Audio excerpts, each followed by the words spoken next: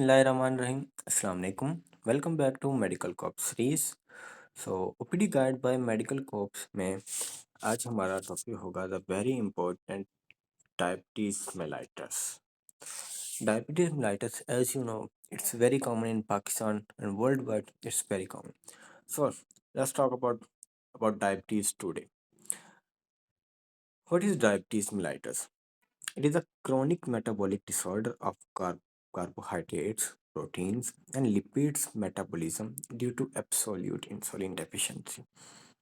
तो एक chronic metabolic disorder है इसका कार्ब्स का, प्रोटीन्स का और लिपिड्स के मेटाबॉलिज्म का। ठीक है ना? क्यों?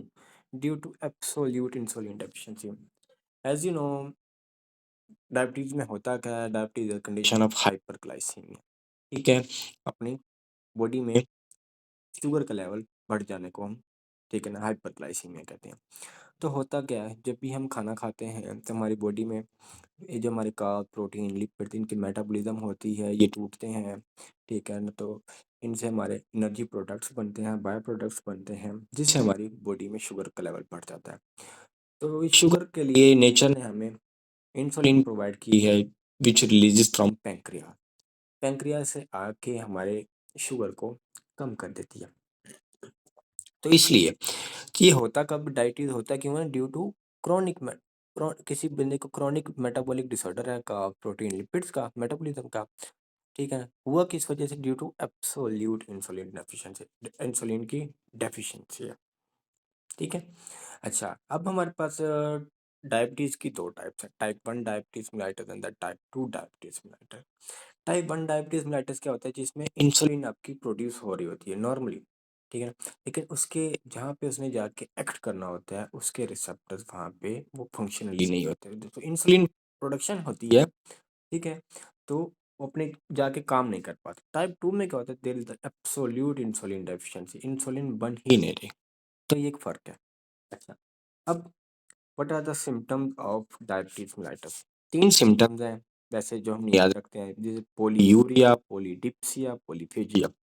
पोलीयूरिया ज़्यादा से ज़्यादा पेशाब आना, पोलीडिप्सिया ज़्यादा से ज़्यादा प्यास लगना, पोलीफेजिया ज़्यादा से ज़्यादा भूख लगना। तो अगर कोई पेशेंट आपको कहता है कि मुझे ज़्यादा भूख लग रही है, प्यास लग रही है, ज़्यादा पेशाब आ रहा है, तो these are the typical 3 symptoms of diabetes mellitus. अगर दूसरे सिम्पटम्स क्या हो सकते हैं? ब्लरिंग ऑफ विजन हो सकती है पेशेंट को, लिथार्जिक हो सकता है पेशेंट, अनएक्सप्लेन्ड वेट लॉस हो जाता है, एंड रिकरेंट इन्फेक्शन, पेशेंट को बार बार इन्फेक्शन हो जाता है। जैसे कि पिक्चर में आपको देखें, excessive thirst, excessive hunger, unexplained weight loss, blurred vision, slow healing of cuts and sores, fatigue, vaginal yeast infections and frequent urination। ठीक है, इस तरीके से these are the all symptoms of diabetes mellitus। अब हम बात करते हैं some normal blood sugar level. अब हमारे नॉर्मल ब्लड शुगर लेवल कितना होता है? अब हम 3 कंडीशन में देखते हैं कि हमारा ब्लड शुगर लेवल नॉर्मल कितना होता है। During fasting, 1 hour after meal and 2 hours after meal. ठीक है, अगर कोई बंदा फास्टिंग में है तो उसका ब्लड शुगर लेवल कितना होगा, और किसी ने अगर खाना खाया तो 1 आवर के बाद उसका ब्लड शुगर लेवल कितना होना चाहिए, और 2 आवर के बाद कितना होना चाहिए, जो नॉर्मल है। During fasting hour normal blood sugar level should be between 90 to 110 milligram per decilitre. अगर कोई बंदा फास्टिंग स्टेट में है और उसकी अगर शुगर 90 to 110 के दरमियान आ रही है, तो दिस इज द नॉर्मल। अगर किसी ने खाना खाया और आपने उसके within 1 hour sugar check की और वो लेस देन 200 आ रही है, ठीक है, मतलब 190 आ रही है, 180, 185, तो दिस इज नॉर्मल। अगर 2 आवर्स आफ्टर मील आपने शुगर चेक की तब आई less than 140 milligram per decilitre, so this is also normal। So what of we will talk about the abnormal sugar level। Fasting के दौरान आपने शुगर चेक की, वो आई between 110 and 126 milligram per decilitre, तो this is we call it impaired fasting glucose. ठीक है, ये क्या होता है? Impaired fasting glucose. तो तीसरी कंडीशन की बात करते हैं, इसमें क्या होगा? अगर आप फास्टिंग में अगर आपने शुगर चेक की और वो आई मोर देन 126 मिलीग्राम पर डेसीलीटर, तो this could be suspicion of diabetes. ठीक है, तो आगे इन्वेस्टिगेशन क्या करनी चाहिए? अगर पेशेंट आपके पास सिम्टम्स लेके आया है, पोलीयूरिया, पोलीडिप्सिया, पोलीफेजिया, ब्लरिंग ऑफ बीन, ऐसे सिम्टम्स लेके आया, ठीक है ना, आप उसकी रैंडम शुगर, चेक करेंगे और वो आपके पास आ गई, अगर मोर देन, अगर फास्टिंग शुगर आपने चेक की वो मोर देन 126 आई, तो आप इन्वेस्टिगेशन क्या करवाएंगे? इन्वेस्टिगेशन में you will go for HbA1c test. अब ये HbA1c जो टेस्ट है हम करते क्यों हैं, ठीक है ना? ये इसलिए करते हैं ताकि पेशेंट का हमने ग्लाइसेमिक कंट्रोल चेक करना होता है प्रीवियस 3 to 4 मंथ, ठीक है ना? बॉडी में देखते हैं कि पेशेंट का ग्लाइसेमिक कंट्रोल कितना है, ठीक है? लेकिन this level shouldn't be used for diagnosting DM। इस इस लेवल को देख के आपने कभी भी डायबिटीज़ को डायग्नोज नहीं करना, ठीक है? अब इसकी जो नॉर्मल वैल्यूज़ है ये हमारे पास 5.8% इज़ द नॉर्मल। अगर 5.9 से 6.6% आ रहा है तो this is the pre diabetes. अगर मोर देन 6.7% आ रहा है तो this is the diabetes. More than 7.5% तो चेंज ऑफ ट्रीटमेंट, ठीक है? अगर कोई पेशेंट ट्रीटमेंट ले रहा है, उसका HbA1c मोर देन 7.5% आया है, तो आपको ट्रीटमेंट चेंज करना होगा। तो इस तरीके से आपने ये HbA1c टेस्ट करना था, लेकिन कभी भी HbA1c के लेवल को देख के आपने डायबिटीज मेलाइटस को डायग्नोज नहीं करना। Now when to diagnose, how to diagnose diabetes mellitus. तो वर्ल्ड हेल्थ ऑर्गेनाइजेशन ने एक क्राइटेरिया दिया है हमें फॉर डायग्नोजिंग DM। क्या कहते हैं? वो कहते हैं if fasting sugar is more than 126 milligram per decilitre plus signs and symptoms of diabetes mellitus. अगर पेशेंट आपके पास आया साइंस एंड सिम्टम्स लेके और आपने उनकी फास्टिंग शुगर चेक की, अगर वो मोर देन 126 है, label the diagnosis, label the diabetes mellitus. ये फर्स्ट क्राइटेरिया। सेकंड क्राइटेरिया ये है if two abnormal blood sugar levels are detected at 2 different occasion, ठीक है? आपने शुगर लेवल चेक किए, फर्ज करें पेशेंट आपके पास आया फास्टिंग में, आपने उसकी शुगर लेवल चेक की, मोर देन 126 आई। अगले दिन वो आया, एक दिन आपने चेक की 12:30 बजे दिन को, अगले दिन आपने चेक की शाम को चेक की, ठीक है? तो वो भी मोर देन 126 आए। तो अगर 2 एबनॉर्मल शुगर लेवल्स आए और 2 डिफरेंट ओकेजन पे, तो वो लेबल द डायबिटीज मेलाइटस, ठीक है? तीसरा है if diabetes mellitus is in doubt, अगर अभी तक आप डायग्नोस नहीं बना पा रहे, then perform oral glucose tolerance test which is known as OGTT। उसके बाद आपने OGTT टेस्ट परफॉर्म कर दें। इसमें आपने चेक क्या करना होता है? Check blood sugar level at 0 and 2 hour interval, ठीक है? पेशेंट फास्टिंग में रहता है, ठीक है ना? और वो आपके पास आएगा, आपने शुगर लेवल चेक करना एट 0 आवर। उसके बाद आपने उसको शुगर देनी है, ठीक है, इन फॉर्म ऑफ फ्लूइड, ठीक है ना? और 2 आवर्स के बाद आपने फिर चेक करनी है उसकी blood sugar level. If blood sugar level is more than 200 milligram decilitre then diabetes confirm, ठीक है? तो इस तरीके से आपने oral glucose tolerance test perform करना होता है फॉर डायग्नोसिंग डायबिटीज मेलाइटस। तो 3 क्राइटेरिया, इन दिनों में से अगर पेशेंट किसी में से फॉल कर रहा है तो label the diabetes mellitus. Now the major thing is the how to treatment. अब जो ट्रीटमेंट है डायबिटीज मेलाइटस का, ये आपने करना है HbA1c की परसेंटेज को देखकर, ठीक है?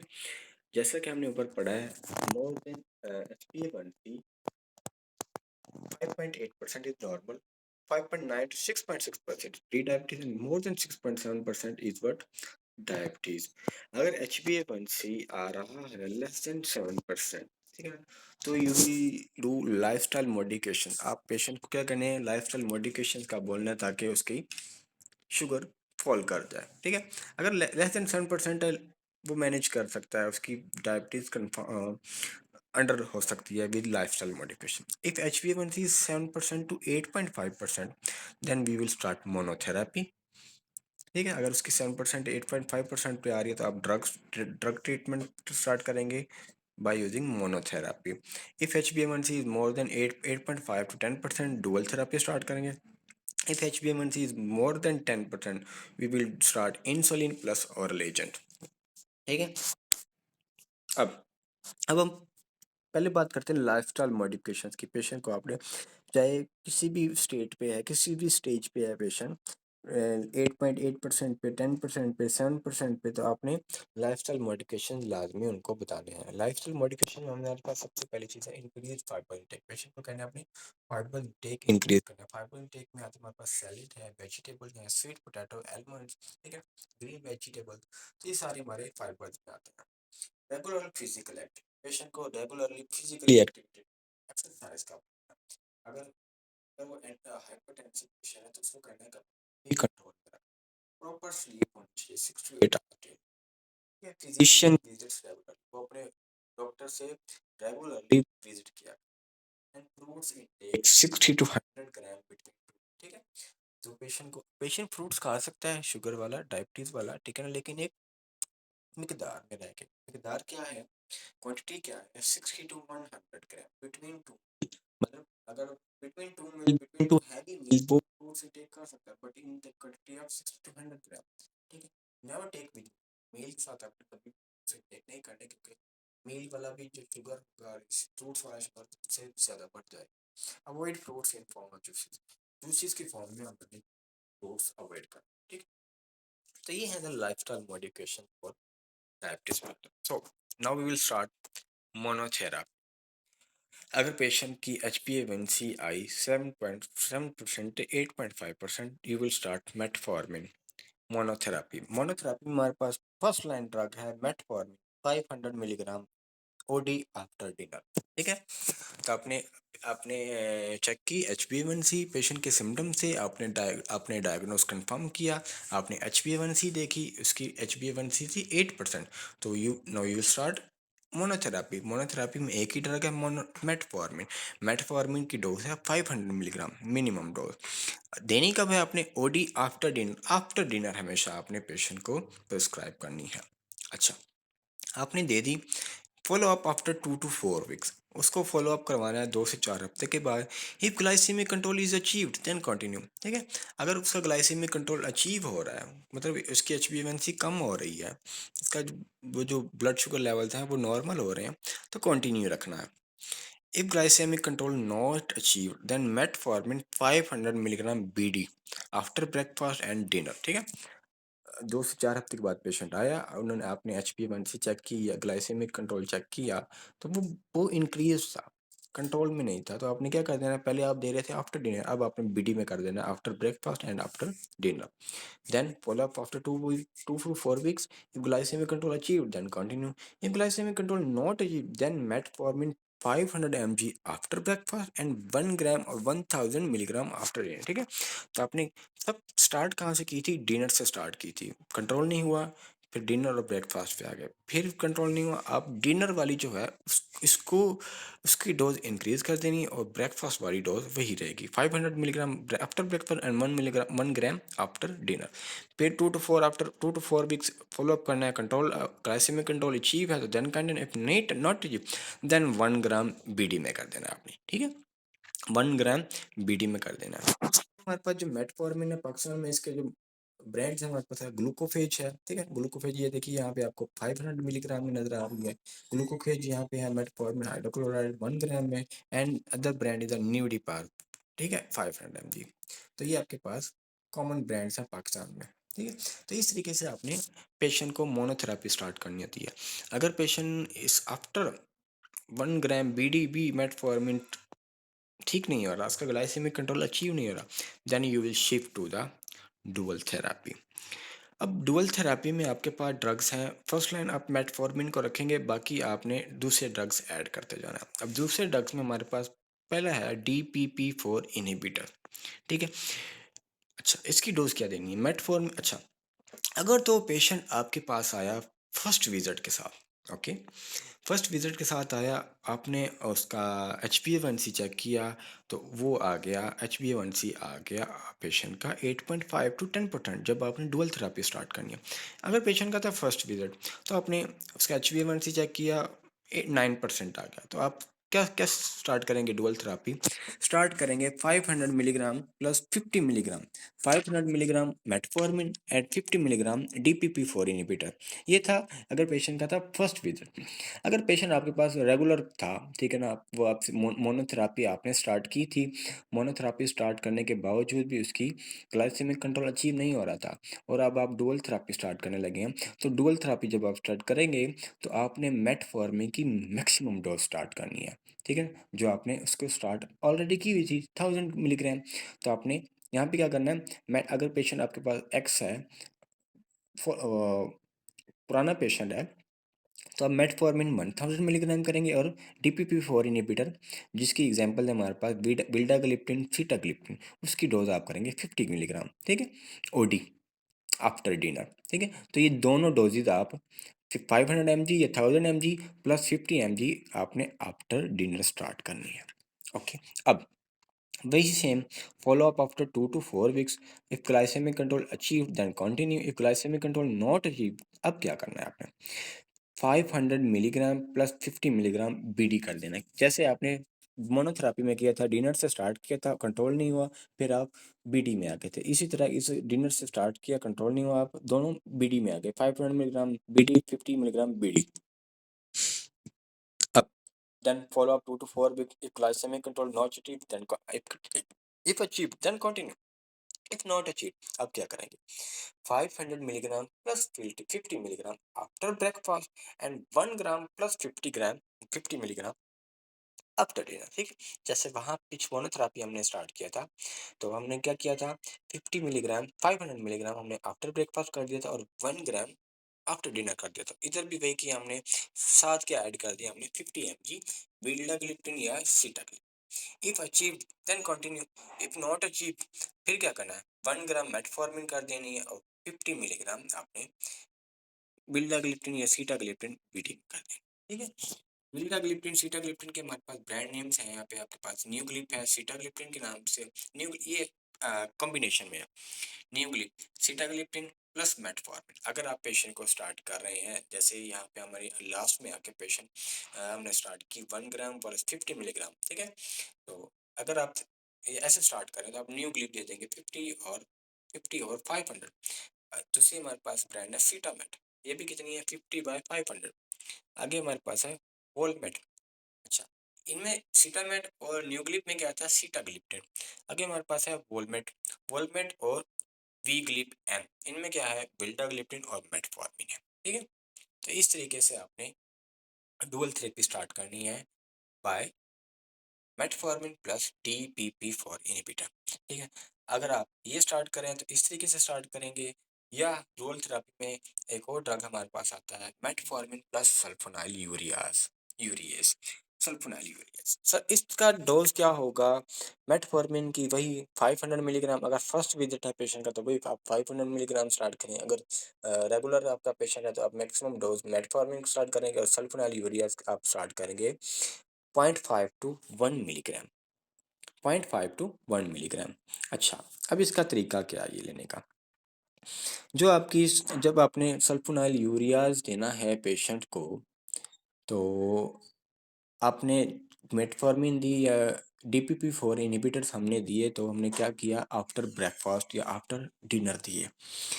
जबकि आपने जब सल्फोनाइल यूरियाज पेशेंट को देने हैं, तो मेटफॉर्मिन तो आपने वही OD में करनी है, स्टार्ट करनी है आफ्टर डिनर, और सल्फोनाइल यूरियाज कैसे देना है आपने 0.5 to 1 मिलीग्राम, ये डिपेंड करेगा पेशेंट की एज पे या उसके ग्लाइसेमिक कंट्रोल पे। अच्छा, तो आपने ये सल्फोनाइल यूरियाज कब देने हैं, बिफोर ब्रेकफास्ट। हमने क्या करना है, बिफोर ब्रेकफास्ट आपने सल्फोनाइल यूरिया स्टार्ट करना है। वजह कि ये क्यों दिया हमने ऐसा, तो सल्फोनाइल यूरिया वो वही ड्रग है, ठीक है, जो हाइपोग्लाइसीमिया कर देता है पेशेंट को, ठीक है। अच्छा, अब हमने ये क्यों नहीं किया कि आफ्टर बिफोर डिनर स्टार्ट क्यों नहीं किया, क्योंकि बिफोर डिनर अगर हम पेशेंट को सल्फोनाइल यूरिया दे देते हैं, ठीक है, तो क्या होगा होगा ये एक पेशेंट ले लेगा इनटेक, उसके बाद खाना खा लेगा, उसके बाद मेटफॉर्मिन लेगा, पेशेंट हो सकता है कि हाइपोग्लाइसीमिया में चला जाए, और नाइट टाइम हाइपोग्लाइसीमिया में पेशेंट सोया हुआ होगा, तो सीवियर हो सकती है हाइपोग्लाइसीमिया, ठीक है। तो इसलिए हमने बिफोर ब्रेकफास्ट स्टार्ट की, ताकि अगर पेशेंट को हाइपोग्लाइसीमिया होता है तो वो कुछ खा पी ले और उसका शुगर लेवल कंट्रोल रहे, ठीक है। तो अब हमारे पास सल्फोनाइल यूरियाज में हमारे पास एक ड्रग है ग्लीमिपेराइड। ग्लीमिपेराइड ग्लीमिपेराइड की डोज हम क्या करते हैं 0.5 टू 1 मिलीग्राम, ठीक है। तो आप अगर मेटफॉर्मिन और सल्फोनाइल यूरिया स्टार्ट कर रहे हैं तो आपने कैसे स्टार्ट करनी है, 500 मिली, अगर पेशेंट का फर्स्ट विजिट है तो आपने 500 मिलीग्राम मेटफॉर्मिन ओडी देनी है after dinner and 0.5 to 1 milligram OD देनी है before breakfast. 2 to 4 weeks follow up करें, अगर अचीव्ड हो रहा है तो कंटिन्यू, अगर अचीव नहीं हो रहा है तो फिर आपने क्या करना है, अपने मेटफॉर्मिन को बीडी कर देना है और साथ ही ग्लिमिपिराइड की डोज को इंक्रीज कर देना है 0.5 to 2 milligram OD before breakfast, ठीक है। Follow up 2 to 4 weeks, if achieve then continue, if not achieve then अब क्या करना है आपने, अब आपने करना ये है कि मेटफॉर्मिन उसी तरीके से चलेगी जैसे कि हमने पहले चलते आ रहे हैं। 500 मिलीग्राम आपने आफ्टर ब्रेकफास्ट कर देना है एंड 1 ग्राम नाइट कर देना है, प्लस 0.5 टू 3 मिलीग्राम ओडी कर देना है बिफोर ब्रेकफास्ट, ठीक है।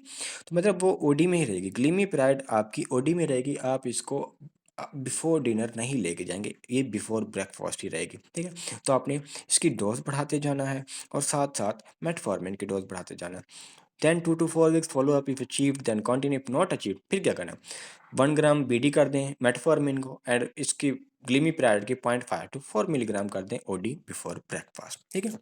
तो ये हमारे पास एक ग्लीमिप्राइड, ठीक है ना, 1 mg, ये हमारे पास एक ब्रांड है।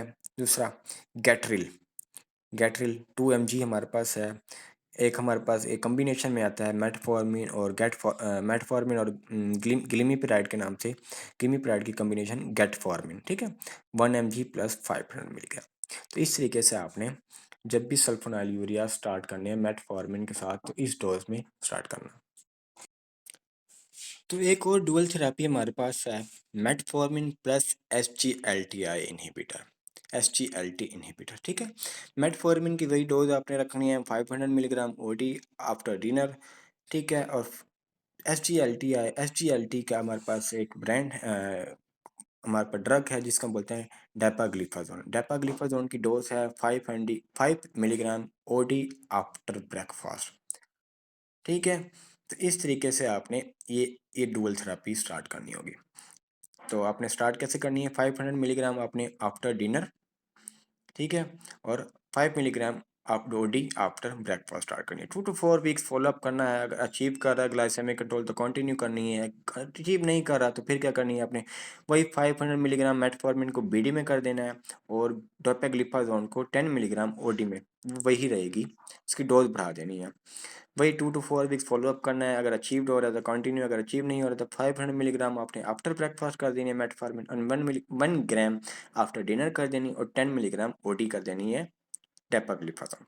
फिर वही follow up, achieve then continue, if not achieve फिर 1 gram after breakfast and 1 gram after dinner BD कर देनी है और 10 मिलीग्राम आपने ओडी आफ्टर ब्रेकफास्ट डेपाग्लिफाजोन कर देना। अच्छा, डेपाग्लिफाजोन के हमारे पास ब्रांड है, हमारे पास ये डेप्लोज के नाम से 5 मिलीग्राम के नाम से आती है, 5 मिलीग्राम में आती है डेप्लोज, ठीक है ना। या एक और हमारे पास है डेप्लोज मेट एक्स, ठीक है। तो ये कॉम्बिनेशन है डेपाग्लिफाजोन 5, देखें 5/1000 है, 5/500 है, 10/1000 है, 10/500 है। तो इस तरीके से आप ये प्रिस्क्राइब कर सकते हैं पेशेंट को, ठीक है। अगर पेशेंट को फिर भी आप डुअल थेरेपी इन तीनों में से आपने स्टार्ट की और लास्ट पे मैक्सिमम डोज मेटफॉर्मिन पे चले गए, मैक्सिमम फोर्स आपने साथ डुअल जो ड्रग ऐड किया था उस पे चले गए, उसके बाद भी पेशेंट का ग्लाइसेमिक कंट्रोल अचीव नहीं हो रहा तो then you will shift to triple therapy. Triple therapy में आपने करना क्या है, आपने वही मैक्सिमम डोज ऑफ मेटफॉर्मिन रखनी है 1000 मिलीग्राम बीडी, प्लस आपने सल्फोनाइल यूरियाज ऐड करना है, ठीक है। अगर पेशेंट आपके पास था डुअल थेरेपी में, आप पहले उसको मैक्सिमम डोज ऑफ मेटफॉर्मिन भी दे रहे थे, साथ सल्फोनाइल यूरियाज भी दे रहे थे, ठीक है ना, फिर भी अचीव नहीं हो रहा तो आप ऐड क्या कर देंगे, DPP-4 इनहिबिटर या SGLT इनहिबिटर आप ऐड कर देंगे, ठीक है। बाकी तरीकाकार वही रहेगा जैसे तरीके से हम ऊपर पढ़ के आए हैं, ठीक है। तो आप मेटफॉर्मिन और सल्फोनाइलयूरियाज की तो मैक्सिमम डोज चलती रहेगी जैसे आप स्टार्ट करेंगे, लेकिन आप जो थर्ड ड्रग ऐड करेंगे वो मिनिमम डोज से स्टार्ट करेंगे और मैक्सिमम तक जाएंगे। अगर आप पेशेंट, ठीक है, मेटफॉर्मिन और DPP-4 इनहिबिटर ले रहा था ऑलरेडी मैक्सिमम डोज पे, तो आपने सल्फोनाइलयूरियाज ऐड कर देना या SGLT इनहिबिटर ऐड कर देना।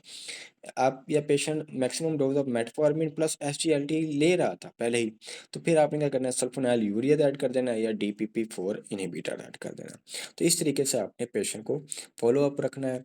अगर अच्छा पेशेंट आपने जब फॉलो अप पे आएगा, अगर उसका ग्लाइसेमिक कंट्रोल अचीव हो रहा है तो आप क्या करेंगे, साथ साथ उसको कंटिन्यू करेंगे और मॉनिटरिंग भी करती रहनी है।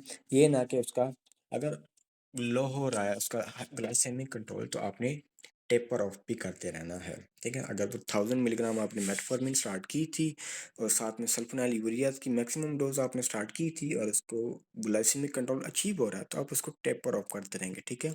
तो आप कैसे करेंगे, जैसे हमने ऐड करते गए थे वैसे हम निकालते जाएंगे, तो इस तरीके से।